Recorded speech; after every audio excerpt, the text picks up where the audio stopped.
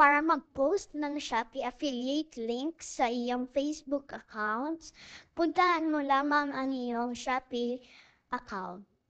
Hanap ka ng product na gusto mong i-promote.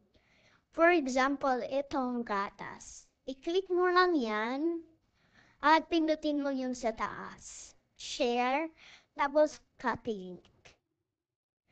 At kapag na-copy mo na ang link, ay click mo na ang back. Okay, nasa taas ang back. Punta ka sa me, nasa baba, at puntaan mo ulit ang Shopee Affiliate Program. Pagkatapos pindutin mo itong account, nasa baba yan.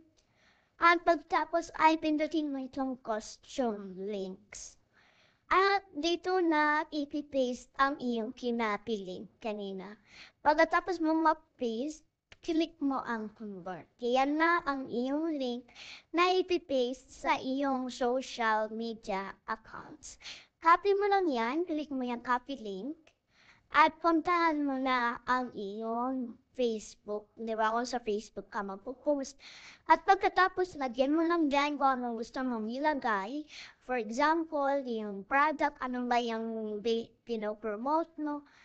At lagay mo lang kung ano ang mga gusto mong ilagay. For example, quality ng products, ano ba yung quality, anong size, anong kulay.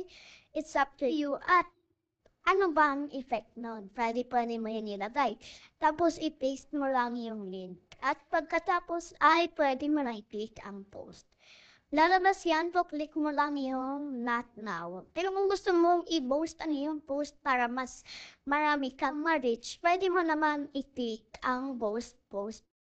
Subscribe for more tips and tutorials.